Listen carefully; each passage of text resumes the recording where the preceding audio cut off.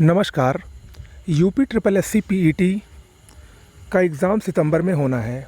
और देखिए, UP triple SC का जो पीईटी है, ये एक प्रकार से जो प्राथमिक टीचर के लिए टीईटी होती है उस तरीके का इसका पैटर्न है। तो पिछली बार जो लोग चूक गए थे UP triple SC PET qualify करने के लिए, वो लोग इस बार सीरियस हो जाएं और काफ़ी अच्छे से पढ़ाई करें। अभी बहुत समय है।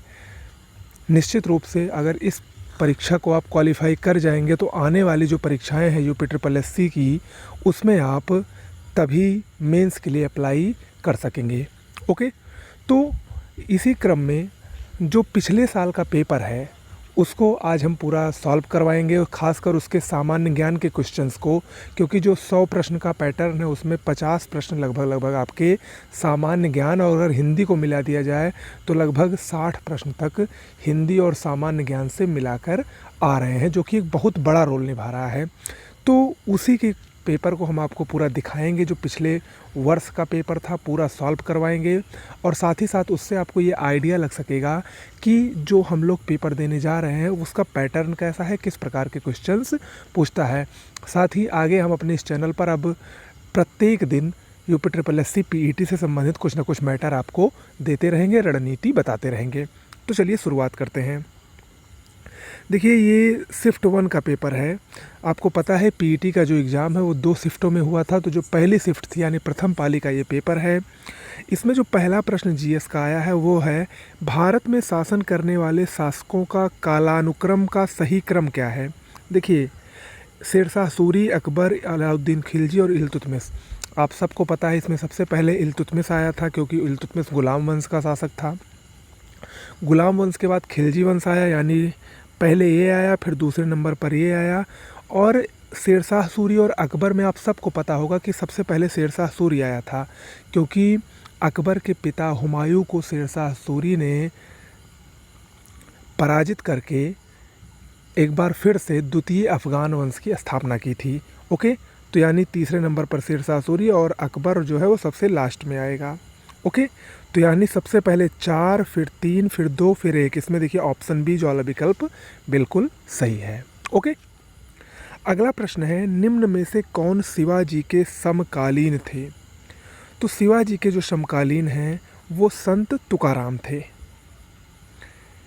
अगला प्रश्न है, बंगाल के प्रथम गवर्नर जनरल कौन थे। बहुत ही आसान प्रश्न। देखो, इस टाइप के प्रश्न अक्सर पूछे जाएंगे, 1 लाइनर प्रश्न आएंगे, बहुत ही आसान रहेंगे। वारेन हेस्टिंग, ये बंगाल के प्रथम गवर्नर जनरल थे। चरक संहिता, ये एक चिकित्सीय ग्रंथ है, बहुत ही महत्वपूर्ण है। गुप्त काल का ये बहुत ही प्रसिद्ध ग्रंथ है, चरक संहिता।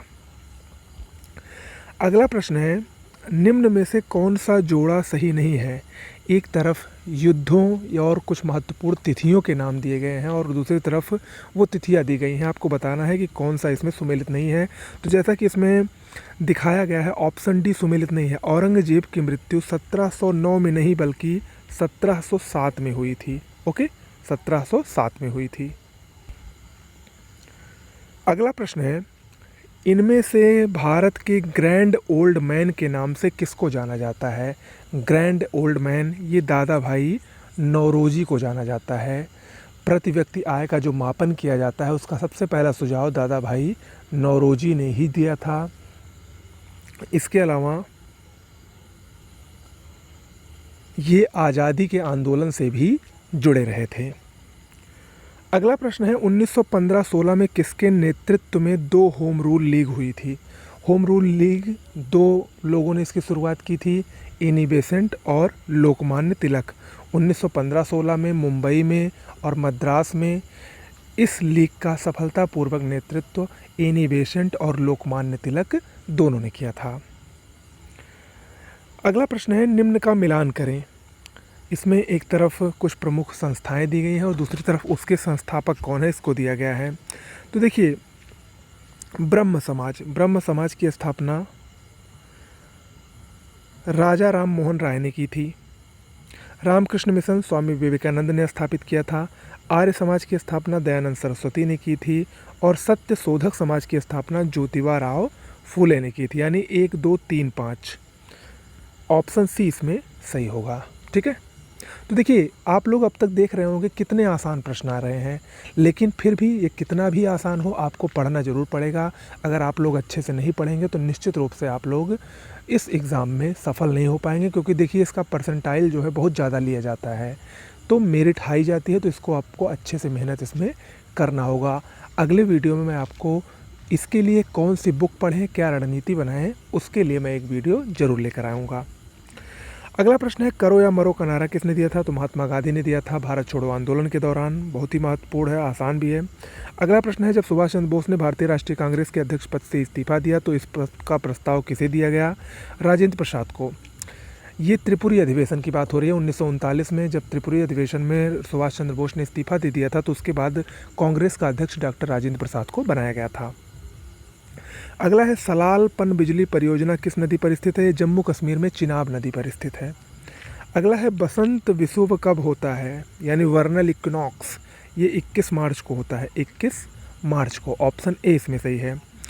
राजस्थान में खेतड़ी परियोजना, खेतड़ी, देखिए खेतड़ी की खान आप लोगों ने पढ़ा होगा, तांबा उत्पादन के लिए बहुत ही प्रसिद्ध है।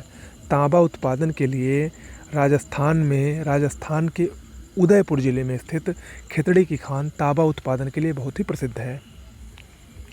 अगला प्रश्न है, काजीरंगा राष्ट्रीय उद्यान कहाँ स्थित है? तो ये असम में स्थित है, एक सींग वाले गैंडे के लिए बहुत ही प्रसिद्ध है। अगला है, निम्न में से कौन सी नदी हिमालयी नदी तंत्र का हिस्सा नहीं है? कौन सी नदियाँ हिमालयी नदी तंत्र की नदियाँ हैं, यानी कौन सी नदियाँ हिमालय से निकली हैं? तो इसमें गंगा हिमालय से ही निकलती है, आप सबको पता है, गंगोत्री नामक स्थान से। ब्रह्मपुत्र भी हिमालय से ही निकलती है, मानसरोवर झील वो हिमालय का ही हिस्सा है, यानी 2 और 3 ऑप्शन भी सही है।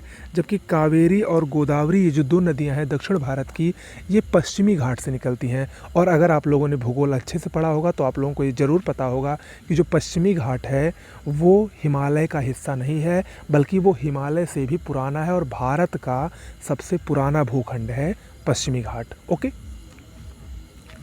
अगला प्रश्न है, बैंक दर का क्या अर्थ है? अक्सर आप लोग सुनते होंगे कि रिजर्व बैंक ऑफ इंडिया ने बैंक दर कम की, रेपो रेट कम की, रिवर्स रेपो रेट कम किया। तो क्या आप लोगों ने कभी सोचा है कि बैंक दर क्या होती है? तो ये भी प्रश्न पूछा गया था। बैंक दर देश का जो केंद्रीय बैंक है उसके द्वारा ली जाने वाली आधिकारिक ब्याज दर, यानी इंटरेस्ट रेट होता है, इसी को बैंक दर कहा जाता है। अगला प्रश्न है, यदि आरबीआई नकद कोषानुपात को घटा दे तो साख अर्जन पर क्या असर होगा? बढ़ जाएगी। ठीक है, प्रोपोर्शनल होता है। अगला है, इनमें से किस प्रकार के अर्थव्यवस्था में संसाधनों पर निजी अधिकार होते हैं और आर्थिक गतिविधियों का मुख्य उद्देश्य लाभ अर्जित करना होता है? पूंजीवादी अर्थव्यवस्था पर। अगला है, 100 रुपये का नोट किसके द्वारा हस्ताक्षरित होता है? सब लोगों के पास 100 रुपये का नोट होगा, सब लोगों ने देखा होगा, और उस पर किसका हस्ताक्षर होता है? आरबीआई के गवर्नर का। देखिए, ये प्रश्न सिर्फ बेवकूफ़ बनाने के लिए दिया गया है, क्योंकि आप सबको पता है जो 1 रुपये का नोट होता है उसी पर सिर्फ वित्त सचिव के हस्ताक्षर होते हैं, बाकी जितने भी नोट होते हैं सब पर आरबीआई के गवर्नर का हस्ताक्षर होता है। ये आप लोग नोट कर लीजिए। वो 100 रुपये का नोट क्यों स्पेशली लिखा है? क्योंकि वो आपको कंफ्यूज करना चाहता है। तो इसमें ये आपके अवेयरनेस को भी चेक किया जाता है कि आप लोगों का अवेयरनेस कितना है, आप लोगों का प्रेजेंस ऑफ माइंड कितना काम करता है। आजकल जो इस समय के एग्ज़ाम हो रहे हैं, जो कंपटीशन का ये युग चल रहा है, वो आपके अवेयरनेस को भी देख रहा है, यानी एक साथ आपके सभी पहलुओं की जांच कर रहा है। अगला प्रश्न है, फेमा का पूर्ण रूप क्या है? फेमा ये फॉरेन एक्सचेंज मैनेजमेंट एक्ट है, इम्पॉर्टेंट है। अगला है, भारत के संविधान में जन स्वास्थ्य और स्वच्छता ये राज्य सूची में शामिल विषय है, इम्पॉर्टेंट है। देखिए, ये सब जितने भी आपको क्वेश्चंस आए हैं, अगर आप लोगों में से जिन्होंने मेरी नोट्स ली है, खासकर पीसीएस की और उससे रिलेटेड जो नोट्स है, मेरी जीएस की स्पेशली नोट्स है, थोड़ी सी लार्ज है, लेकिन अगर उसको आप पढ़ लेंगे तो उससे आपका पीसीएस तक क्वालिफाई हो सकता है। उसमें सारे क्वेश्चंस ये मेंशन है, एक भी क्वेश्चन ऐसा नहीं है जो हमारी नोट्स से बाहर का आया हो। अगला है, भारत में पंचायती राज व्यवस्था किसके अंतर्गत रखी गई है? तो ये राज्य के नीति निर्देशक तत्वों में शामिल है। भारत में पंचायती राज व्यवस्था और अनुच्छेद 40 में इसका वर्णन किया गया है। अगला प्रश्न आया था, शिक्षा का अधिकार एक मौलिक अधिकार है जो कि संबंधित है अनुच्छेद 21A से। अगला प्रश्न है, निम्न में से किसने संविधान सभा में उद्देश्य प्रस्ताव रखा था? जवाहरलाल नेहरू ने रखा था। अगला प्रश्न है, भारतीय संविधान में किस अनुच्छेद में अल्पसंख्यकों के निहित हैं? अनुच्छेद 29। अनुच्छेद 29 ऑप्शन सी सही है।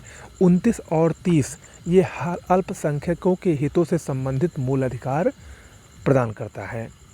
अगला है, ठोस चालक में धारावाहक कौन होते हैं? मुक्त इलेक्ट्रॉन, जो फ्री इलेक्ट्रॉन होते हैं वो सॉलिड कंडक्टर्स जो होते हैं, ठोस चालक होते हैं, उसमें धारावाहक होते हैं। अगला है, प्रकाश वर्ष किसके मापन की इकाई है? बहुत ही आसान है, आप लोग पढ़ते चले आ रहे हैं। एक वर्ष में निर्वात में प्रकाश द्वारा चली गई दूरी प्रकाश वर्ष कहलाती है।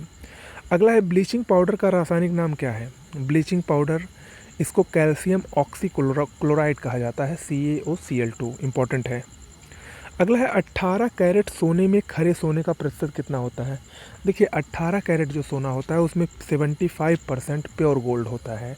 100% प्योर गोल्ड सिर्फ 24 कैरेट होता है। ओके, 18 कैरेट सोना जो है उसमें 75% गोल्ड होता है। अगला बहुत ही ईजी प्रश्न आया था, संतरे में कौन सा विटामिन होता है? विटामिन सी होता है। इसके बाद जो प्रश्न आए हैं, देखिए 30 प्रश्न हो गए जीएस और विज्ञान से रिलेटेड। इसके बाद जो प्रश्न आए हैं वो हैं मैथ के। आप मैथ के भी क्वेश्चंस आप लोग एक बार देख लीजिए कैसे टाइप के क्वेश्चंस आते हैं, मैं आपको दिखा दे रहा हूँ जिससे आप लोगों को ये आइडिया लग सके कि किस प्रकार के क्वेश्चंस आते हैं। ओके, आगे बढ़ते हैं। हिंदी के कुछ प्रश्न आए हैं, इसको भी देख लेते हैं। एकल का विलोम क्या होता है? बहुल होता है। दर्प का पर्यायवाची अहंकार होता है, दर्प अहंकार का पर्यायवाची है। मन को हरने वाला मनोहर, ये वाक्यांश के लिए एक शब्द है। गागर में सागर भरना, इस मुहावरे का अर्थ होता है थोड़े में ही बहुत कहना। इसके बाद शुद्ध वर्तनी से प्रश्न आया है, महत्वाकांक्षा, यहाँ पर ये शुद्ध लिखा है और बाकी तीनों अशुद्ध लिखे हैं, आसान है ये भी। इसके बाद देखिए इंग्लिश का एक पैसेज दिया गया है और उससे रिलेटेड कुछ क्वेश्चंस दिए गए हैं, यानी एक पैसेज भी आता है। इसके बाद आगे आप लोग यहाँ पर देख रहे हैं कुछ रीजनिंग से संबंधित क्वेश्चंस भी दिए गए हैं। ठीक है, तो इसको भी आप लोग देख लीजिए। बहुत ही आसान प्रश्न है, लेकिन अगर आप लोग अच्छे से नहीं पढ़ेंगे तो निश्चित रूप से उसको कर नहीं पाएंगे। अब इसके बाद 51वां क्वेश्चन जो देखिए, ये करंट अफेयर्स से रिलेटेड क्वेश्चन है। हालांकि करंट अफेयर्स जो है वो आपको पिछले 6 से 7-8 महीने का ज़रूर पढ़ना चाहिए, इसीलिए मैं इस क्वेश्चन को करवा नहीं रहा हूँ, बस आप लोग एक बार देखते चलिए। अब यहाँ 51 से लेकर लगभग यहाँ पर आप लोग देखते जाइए कि करंट अफेयर्स का 51 से 60 यानी 10 प्रश्न आपके करंट अफेयर्स से रिलेटेड आए हैं। तो यानी करंट अफेयर्स का यहाँ पर बहुत बड़ा रोल है। करंट अफेयर्स के लिए आप लोग बिल्कुल भी परेशान मत होइए, सितंबर में पेपर है। आपको अगस्त लास्ट तक पिछले 1 साल का करंट अफेयर्स का नोट्स हमारे चैनल पर जैसे भी हर बार उपलब्ध होता है वो उपलब्ध हो जाएगा। ओके, अगला है, कितने भारतीय राज्य नेपाल से सीमा साझा करते हैं? तो 5 भारतीय राज्य नेपाल से सीमा साझा करते हैं। कौन कौन से राज्य हैं पाँचों? आप लोग कमेंट बॉक्स में लिखकर बताइए। अगला है, कोस्टारिका की राजधानी कौन सी है? कोस्टारिका किस महाद्वीप में स्थित है ये भी आप लोगों को बताना है। कोस्टारिका की राजधानी सैन जोस है। ओके, अगला प्रश्न है, केंद्र शासित प्रदेश लक्षद्वीप की आधिकारिक भाषा मलयालम है। अगला प्रश्न जो आया था, भारत के संविधान के अनुसार लोकसभा के सदस्यों की अधिकतम संख्या कितनी है? तो 552। आप लोग हमेशा से इसको पढ़ते आए हैं। हिंदी दिवस कब मनाया जाता है? 14 सितंबर को। हिंदी दिवस 14 सितंबर को मनाया जाता है। कौन सा देश सार्क का सदस्य नहीं है? ये साउथ एशियन दक्षिण भारतीय जो देश हैं उनका एक समूह है, इसमें म्यांमार शामिल नहीं है। ठीक है, अगला है, निम्न में से किस स्थान पर अजंता एलोरा की गुफाएं स्थित है? औरंगाबाद, महाराष्ट्र के औरंगाबाद में स्थित है। अगला प्रश्न आया था, ओणम किस राज्य का त्यौहार है या उत्सव है? तो केरल में ओणम मनाया जाता है। अगला प्रश्न है, कौन सा ग्रह सूर्य के सबसे नज़दीक है? तो बुध सूर्य के सबसे नज़दीक ग्रह है। सौरमंडल में अगर आप पढ़े होंगे तो इसको जानते होंगे। अगला है, नोबेल पुरस्कार जीतने वाले पहले एशियाई कौन थे? रविंद्रनाथ टैगोर। अगला प्रश्न है, इसमें देखिए अब हिंदी से संबंधित एक प्रश्न है, इसमें भी एक पैसेज दिया गया है और उसके बाद उससे संबंधित कुछ प्रमुख प्रश्न पूछे गए हैं। आगे बढ़ते हैं, हिंदी का एक और पैसेज है, उससे संबंधित कुछ प्रश्न पूछे गए हैं। इसके बाद आपको ये ग्राफ से रिलेटेड कुछ क्वेश्चन मिलेंगे, तो ग्राफ वाले क्वेश्चंस भी लगभग 20 क्वेश्चंस आपके ग्राफ से आते हैं जो कि बहुत ही महत्वपूर्ण हैं। ठीक है, तो इस प्रकार से ये पूरा पेपर हो गया, जिसमें अगर हम इसको अब एक एनालिसिस करें तो अगर हम देखें तो 20 क्वेश्चंस आपके लगभग ग्राफ से आ रहे हैं, इसके बाद 10 क्वेश्चंस आपके करंट अफेयर से आ रहे हैं, 40 क्वेश्चंस आपके लगभग जीएस विज्ञान मिला के आ रहे हैं, जो विज्ञान को हम जीएस में ही मानते हैं। तो 40 वो करंट 10 यानी 50 क्वेश्चन आपका जीके से आ रहा है, जीएस जीके जो आप लोग कहें, करंट अफेयर्स को इंक्लूड किया जाए। 50 वो हो गया, 20 इसके बाद आ रहा है आपका मैथ, इससे 50 20 70, और इसके बाद 10 क्वेश्चंस आपके मैथ से, रीजनिंग से मिला के, और इसके बाद जो बचे हैं वो आपके हिंदी और इंग्लिश मिला के आ रहे हैं। तो कहने का मतलब ये है कि ये जो पेपर है, अगर आप लोग अच्छे ढंग से पढ़ें तो निश्चित रूप से बहुत आसानी से आप लोग इसमें एक अच्छा खासा नंबर गेन कर सकते हैं। ओके, तो ये तो हो गया आज का पेपर। इसमें जो दूसरे शिफ्ट का पेपर था उसको मैं आपको ज़रूर दिखाऊंगा। कैसा लगा पेपर ज़रूर बताइएगा। नमस्कार।